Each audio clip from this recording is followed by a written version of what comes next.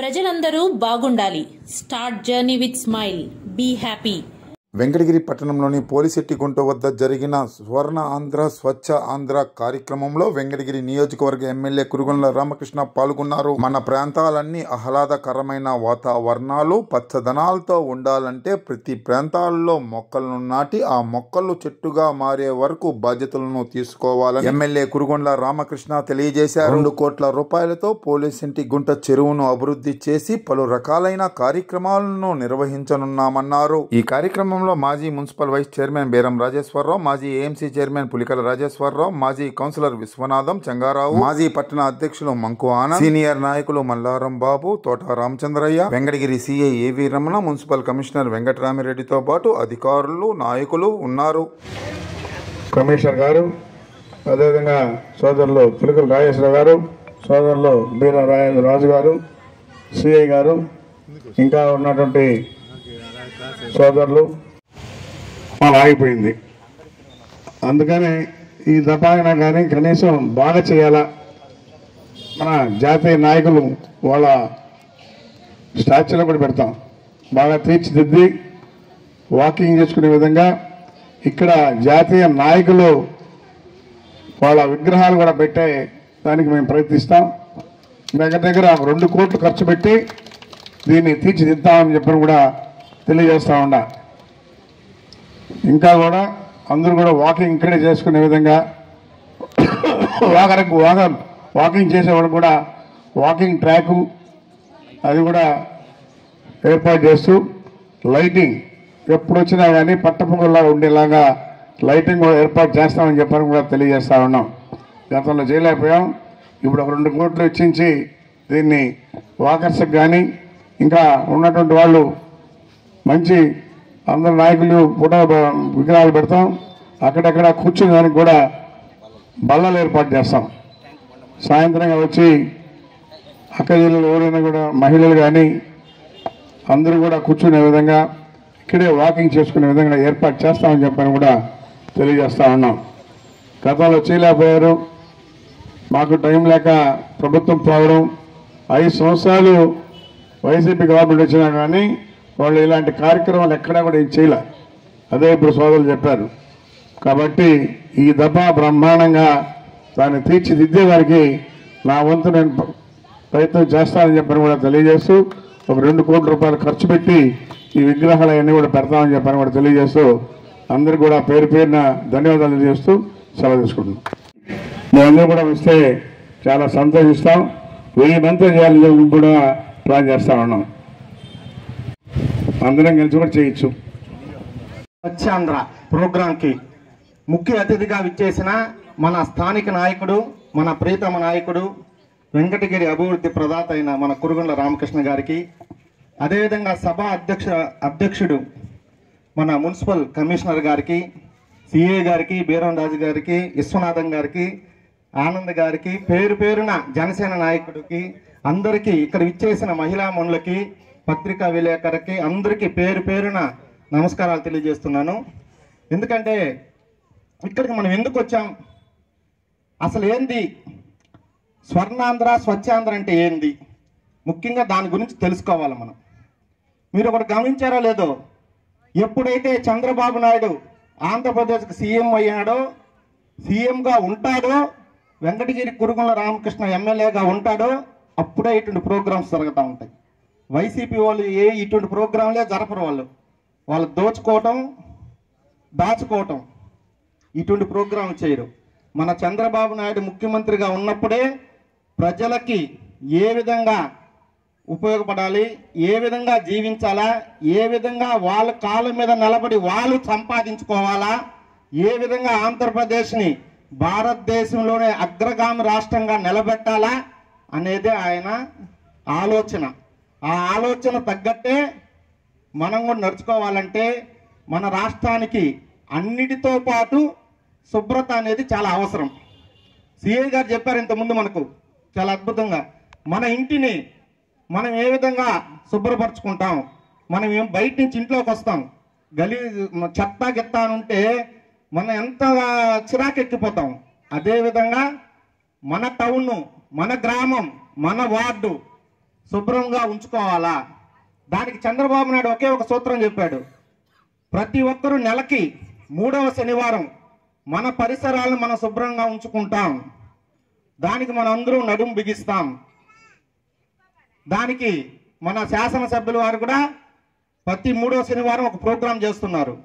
మీకు అవగాహన కోసం, మీకు అవగాహన కల్పించడం కోసం. కాబట్టి ఈ స్వర్ణాంధ్ర, స్వచ్ఛాంధ్ర, స్వచ్ఛంగా ఎప్పుడు ఆంధ్రప్రదేశ్ ఉంటుందో అప్పుడు స్వర్ణాంధ్ర అవుతుంది. దానికనే ఈ పేరు పెట్టారు. కాబట్టి ప్రతి ఒక్కరు, ఇక్కడ వచ్చిన వాళ్ళు ప్రతి ఒక్కరూ దీని మీద దృష్టి పెట్టి దీన్ని మనం పాటించాల్సిందిగా ప్రతిజ్ఞ కూడా చేశాం. మీరు చేసిన ప్రతిజ్ఞ అదే. మన శాసనసభ్యుల అధ్యక్షతన కమిషనర్ గారు మనకు ప్రతిజ్ఞ చేపించాడు. ఆ ప్రతిజ్ఞ సారాంశమే ఇది. ఇంతకుముందు ఈ పోలీసు గుంటను పట్టించుకున్న ఎవరు లేరు. 2014 నుంచి 2019 దాకా మన ఎమ్మెల్యే గారే అభివృద్ధి చేశారు దాన్ని.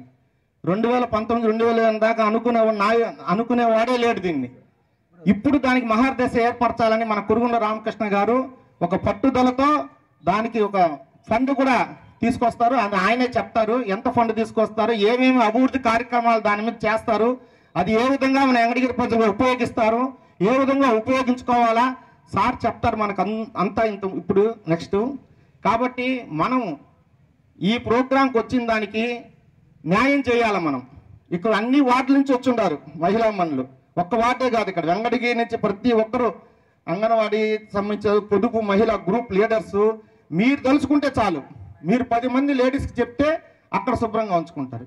ఎవరైనా మా ఇంటి ముందు చెత్త ఉండకూడదు, ఒక చోట వేయాలా, ఒక చోట పారేయాలనేది పెట్టుకోకుండా మన చెత్తను మన ఇంటి ముందే బుట్టల్లో పెట్టుకుంటే మున్సిపాలిటీ వాళ్ళు వచ్చి దాన్ని ఎత్తుకోబోతారు. దయ ఉంచి అవి ఫాలో కావాలి మనం. అదేవిధంగా సీఏ గారు చెప్పినట్టు కమిషన్ చెట్లు పెంచాలి మనం అందరం. దాంట్లో ఇదొక కార్యక్రమం. కాబట్టి ప్రతి ఒక్కరు ఇవన్నీ పాటిస్తారని నాకు ఈ అవకాశం ఇచ్చిందని కమిషనర్ గారికి ధన్యవాదాలు తెలుపుకుంటున్నాను. చివరిగా ఒక మాట చెప్పుకుంటున్నాను. ఈరోజు సాయంకాలం ఇక్కడ వచ్చి నాయకులకి అయితేనేమి, పత్రికా విలేకరులు అయితేనేమి, అందరికీ సాయంకాలం తిరంగానే ఒక ర్యాలీ జరుపుతున్నాం. పాకిస్తాన్పై మనం టెర్రరిస్టులని చంపిన దానికి, సింధూర్ ఆపరేషన్కి, అదేవిధంగా మన సైనికులు చనిపోయిన అమరజీవులకి, అదేవిధంగా మన విజయ చిహ్నానికి ఈరోజు సాయంత్రం గౌరవ శాసనసభ్యులు కురుగుండ్ల రామకృష్ణ గారి ఆధ్వర్యంలో బ్రహ్మాండమైన ర్యాలీ చేస్తున్నాం.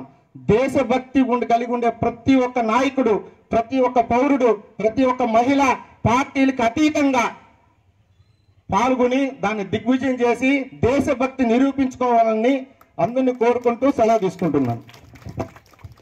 వస్తుంది ఆ వ్యాధులు, కాబట్టి దయచేసి శుభ్రత అనేది పాటించండి. ముఖ్యంగా మనం ఈరోజు ఈ యొక్క గుంటకట్టు ఏరియాని స్థానిక శాసనసభ్యుల వారితోని దాన్ని అంతకుముందు గతంలో ఎప్పుడో ఈ యొక్క నడబొడ్డున ఉన్నటువంటి ఈ గుంటకట్టు ప్రాంతం అంతకుముందు పాదచారులతోని ఎక్కువగా వాకర్స్ ఎక్కువగా దీంతో తిరుగుతా చాలా సందడిగా కలకలలాడుతూ ఉండేదంట ఒకప్పుడు. అటువంటి పరిస్థితుల్లో మేము ఈ మధ్య కాలంలో చూడటం ఏంటంటే చాలా కాలం నుంచి నిరుపయోగంగా మారిపోయింది. ఈ నిరుపయోగంగా మారిపోవటం కాకుండా చాలా అసాంఘిక కార్యకలాపాలకి అడ్డాగా నిలబడింది. కాబట్టి మేము అప్పుడప్పుడు ఈ మధ్య కాలంలో దాదాపుగా 20 సార్లు దీని మీద రైడ్ చేసి ఇక్కడ నుంచి చాలా మంది మందు బాబుల్ని తీసుకెళ్ళడం జరిగింది. ఈ మందు బాబులందరినీ తీసుకెళ్లి వాళ్ళకి కౌన్సిలింగ్ ఇచ్చి వాళ్ళ మీద కేసులు పెట్టి మేము చేయాల్సినటువంటి పరిస్థితి చేస్తానే ఉన్నాం. అయినప్పటికీ ఏ మార్పు లేదు. కారణం ఏంటంటే అది క్లియర్గా లేకపోవటం. అంటే జనసందడిగా ఉండి ఎప్పుడు పిల్లలు పెద్దలు వాకర్స్ అంతా తిరుగుతా సందడిగా ఉండి లైటింగ్ ఉండి అన్ని రకాలైనటువంటి ఏర్పాట్లు కనుక ఉంటే అలాంటి మందుబాబు యొక్క స్థానాన్ని వాళ్ళందరూ వాళ్లే ఖాళీ చేసి వేరే ప్రాంతాన్ని ఎత్తుక్కోవడానికి ప్రయత్నం చేస్తారు. మా వంతు కృషి మేము చేస్తా ఉన్నాం. ఇప్పుడు స్థానిక శాసనసభ్యుల వారి చొరవతోని ఇప్పుడు మంచి ఈ యొక్క కార్యక్రమాన్ని ఏర్పాటు చేయడం జరిగింది. ఇది మనం ఎక్కడికో వాకింగ్ పోవాలంటే పొద్దున్నే ఎక్కడ నగరం మనం దాదాపు 2 కిలోమీటర్లు 3 కిలోమీటర్ల దూరం ఉంది. స్టేడియంకి వెళ్తున్నారు, చాలా దూరం వెళ్ళేసి వ్యయ ప్రయాసాలకు బైక్ వేసుకొని పోయి అంత దూరం నుంచి వాక్ చేసుకొని వస్తూ ఉన్నారు. ఇప్పుడు మనకి ఇది మొత్తం క్లియర్ అయిపోద్ది కొద్ది రోజుల్లో. ఈ యొక్క అవకాశాన్ని కల్పించినటువంటి స్థానిక శాసనసభ్యుల వారికి, మున్సిపాలిటీ వారికి కూడా ప్రత్యేకంగా ధన్యవాదాలు తెలియజేసుకుంటూ మీరందరూ కూడా ఈ అవకాశాన్ని వినియోగించుకొని అందరూ కూడా దీన్ని వాకింగ్ చేసుకుంటే ఆరోగ్యంగా అన్ని రకాల ఫలితాలు ఉంటాయి. ఏంటంటే చెట్లు నాటుకోవటం, ఈ చెట్లు అనేది చాలా ఉపయోగకరం.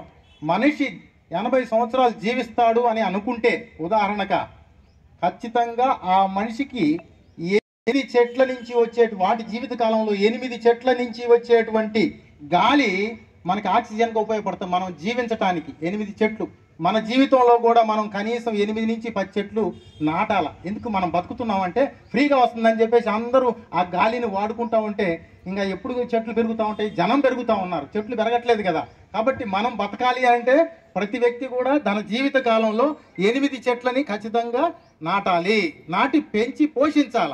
అప్పుడే అది గాలి ఇస్తుంది. మనం బతకటానికి మనం అర్హులం అంటే మనం ఆ గాలిని మనం పీల్చుకుంటున్నాం అంటే ఫ్రీగా వచ్చిందని చెప్పేసి మనం దాన్ని డెవలప్ చేయాలి. కాబట్టి దయచేసి తన జీవిత కాలంలో 1,60,000 గ్యాలన్ల ఆక్సిజన్ అవసరం మనిషికి. 80 సంవత్సరాలు బతుకుతున్నాడంటే దానికి అంత ఆక్సిజన్ విడుదల చేయాలంటే ఖచ్చితంగా మనకి 16 చెట్లు అవసరం పడతాయి అన్నమాట.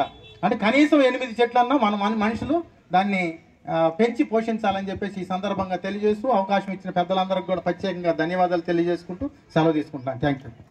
స్వచ్ఛాంధ్ర స్వర్ణాంధ్ర కార్యక్రమానికి ముఖ్య అతిథులుగా విచ్చేసినటువంటి స్థానిక శాసనసభ్యులు పెద్దలు గౌరవనీయులు శ్రీ కురుగొండ కృష్ణ గారికి, వేదిక మీద ఉన్నటువంటి ప్రిన్సిపల్ గారికి, అలాగే మురుగకి, పెద్దలందరికీ కూడా వేదిక మీద పెద్దలందరూ ప్రముఖులకి, అలాగే పత్రికా చంద్ర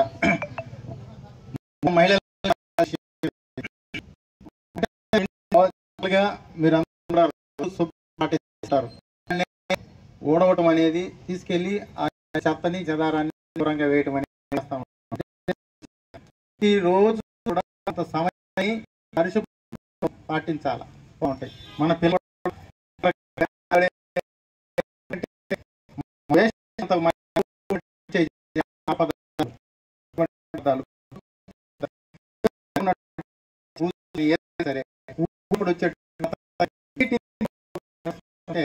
జాగ్రత్త దూరంగా మున్సిపల్ వాళ్ళది దానికి కొన్ని సూచనలు చేసి ఉన్నారు. వాటి ప్రకారం వడదెబ్బ లక్షణాలు వచ్చేసి తలనొప్పి, తల తిరగడం, తీవ్రమైన జ్వరం కలిగి ఉండడం, మత్తు నిద్ర, ఫిట్స్, పాక్షిక లేదా పూర్తి అపస్మారక స్థితి ఉంటాయి. వీటి నుండి కాపాడుకోవడానికి స్థానిక వాతావరణం సమాచారం తెలుసుకుంటూ అప్రమత్తంగా ఉండాలి. రేడియో చూస్తూ వార్తా పత్రికలు చదివి మనకు టెంపరేచర్ ఎంత ఉంది, మన శాతం ఉండేది ఉండాలి. తలకి టోపీ పెట్టుకోవాలి, రుమాలు కట్టుకోవాలి. తెలుపు రంగు గల కాటన్ వస్త్రాలను మాత్రమే ధరించండి. మీ కళ్ళ రక్షణ కోసం సన్ గ్లాసెస్ ఉపయోగించండి. వీలైనంత వరకు ఇంట్లో ఉండడానికే ప్రయత్నించండి. దాహం వేయకపోయినా తరచుగా నీటిని తాగండి. ఉప్పు కలిపిన మజ్జిగ, గ్లూకోజ్, ఓఆర్ఎస్ కలిపిన నీటిని తాగవచ్చును. అలాగే వడదెబ్బకు గురైన వారు సాధారణ స్థితికి రానిచో దగ్గరలోని ప్రాథమిక ఆరోగ్య కేంద్రానికి తరలించాలి. ఎండలో నుంచి వచ్చిన వెంటనే నీరు కానీ నిమ్మరసం కానీ కొబ్బరి నీరు కానీ తాగాలి. తీవ్రమైన ఎండలో బయటకు వచ్చినప్పుడు తల తిరుగుట, వాంతులు, ఇతర అనారోగ్య సమస్యలు ఏర్పడితే వెంటనే దగ్గరలోని వైద్యుని సంప్రదించవలసిందిగా కోరడమైనది. ఇంటి వాతావరణం చల్లగా ఉంచుకోండి. ఫ్యాన్ వాడండి. చల్లని నీరు స్నానం చేయండి. తక్కువ ఖర్చుతో కూడిన చల్లదనం కోసం ఇంటిపై కప్పులపై మొక్కలను కుండీలో పెంచండి. తక్కువ ఖర్చుతో కూడినటువంటి ఇంటి పైకప్పులపై వైట్ పెయింట్ కూడా వేయవలసిందిగా కోరుచున్నాం. అలాగే cool roof technology, cross ventilation, thermocol, insulation అటువంటివి ఉపయోగించాలి. మేడపైన మొక్కలు, ఇంట్లోని మొక్కలు భవనాన్ని చల్లగా ఉంచుతాయి. అదేవిధంగా ఉష్ణతాపాన్ని తగ్గిస్తాయి. కావున దయచేసి ఈ సూచనలన్నిటినీ పాటించవలసిందిగా కోరుచున్నాము. అలాగే నా వంతు కృషిగా స్వచ్ఛతా కార్యక్రమాల కొరకు శ్రమదానం చేసి పరిశుభ్ర ఆంధ్రప్రదేశ్ సాధించే సంకల్పానికి కట్టుబడి ఉంటానని ఈరోజు పరిశుభ్రత గురించి నేను వేసిన ఈ ముందడుగు ఆంధ్రప్రదేశ్ రాష్ట్రాన్ని శుభ్రపరచడంలో ఈ రోజు నుండి నా తోటి వారికి కూడా స్వచ్ఛతపై మరియు పచ్చదనం పెంపొందించుటకు అలాగే గ్రీన్ ప్రయత్నిస్తానని మన ఆంధ్రప్రదేశ్ను స్వచ్ఛ ఆంధ్రప్రదేశ్గా తీర్చిదిద్దేటట్లు వంతు కృషి చేయాలని ప్రమాణం చేస్తున్నాను. కూర్చోండి.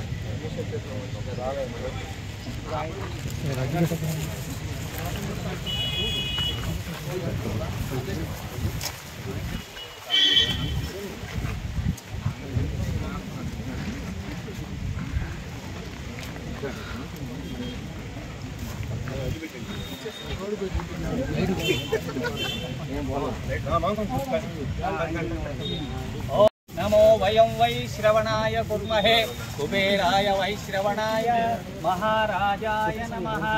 ओम तत्सर्वं ओम तत्सत्यं ओम तत्पुरोन्नमः। अंतस्यरहित भूतेषु गुहायां विश्वमूर्तिषु त्वं यज्ञस्तं वशस्कारस्तं आपो ज्योतिरसोमृतं भूर्भुवस्वरों। ముందు టెంకాయ కొట్టియా టెంకాయ కొట్టి జ్యోతి వెలగాల పట్టండి టెంకాయ కొట్టండి తర్వాత జ్యోతి ఆ ఎలిగించో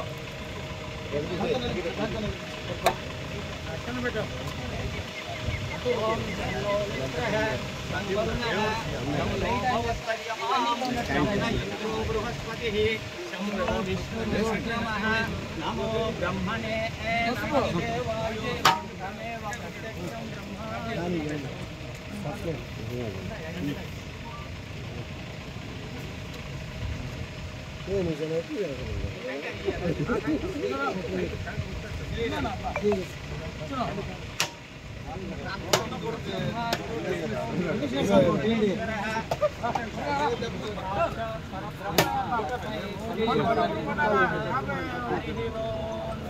सी करके ఎక్కువ టెంకాయ వచ్చింది చూడు దేవుడికి కాదు